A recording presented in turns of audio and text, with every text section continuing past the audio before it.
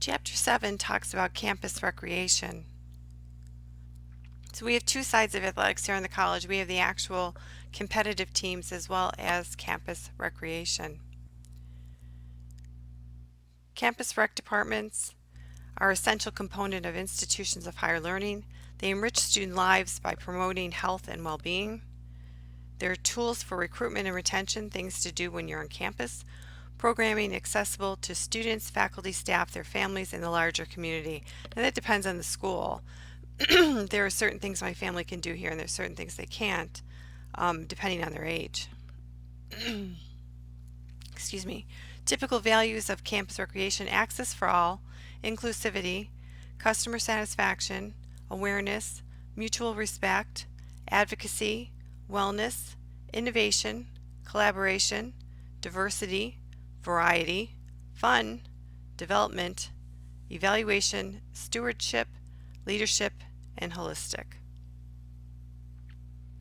A little bit about the history. The origins were English sport clubs and German gymnastics.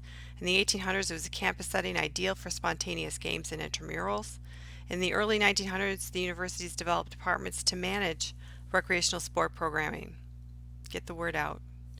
The rationale for development in 1918, the NEA said the worthy use of leisure time is a principle of education. The notion that healthy individuals are involved in activities of both mind and body, technological advances and increased leisure time, opportunities for social intervention, and friendly competition. In 1950, they started the National Intramural Association, which was replaced with in 1975 by the National Intramural Recreation Sport Association, NIRSA. Okay, NIRSA has approximately 4,500 individuals and organization members serving 8.1 million college students. It's a nonprofit organization funded primarily by membership fees. Campus Recs departments, their mission is participants and clients' goals drive the mission statements.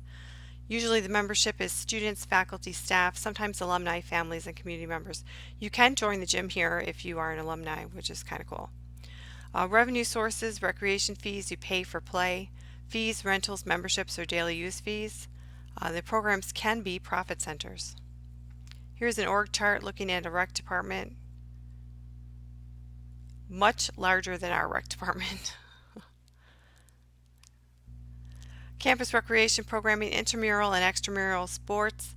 There's club sports, instructional activities and self-directed activities, aquatic activities, events for special populations, outdoor recreation, and adventure.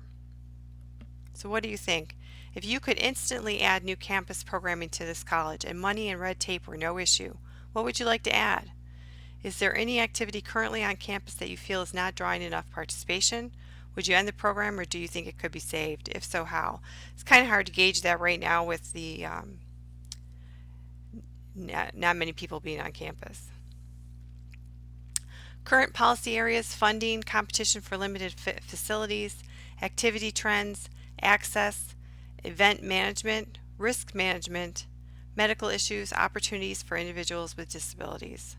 Their funding: some key issues are facilities available to support a particular event?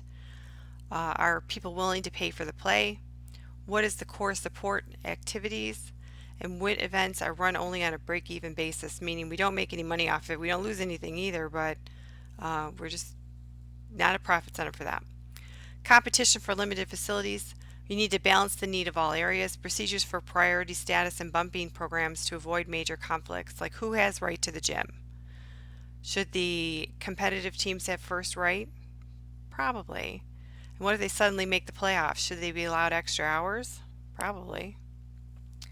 Oop, skipped one.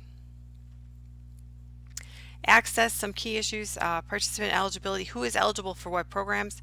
Who can enroll in a program for free and who must pay a fee? The enforcement of rules limiting access: you might want to use ID cards. So you're the new director of campus recreation here on campus. The Recreation Center has been newly renovated, but now everyone wants to use it. How would you go about prioritizing who uses the facility and when? Who would you give priority to: a student group using the facility for free, or a community group who would pay a much needed fee at the door. Event management, the definition of event standards, timelines and standards of setup, expectations of managers and officials, use of logos and other marketing and sponsorship issues, guidelines for decision making and problem solving, emergency response plans which are necessary, and working with the media.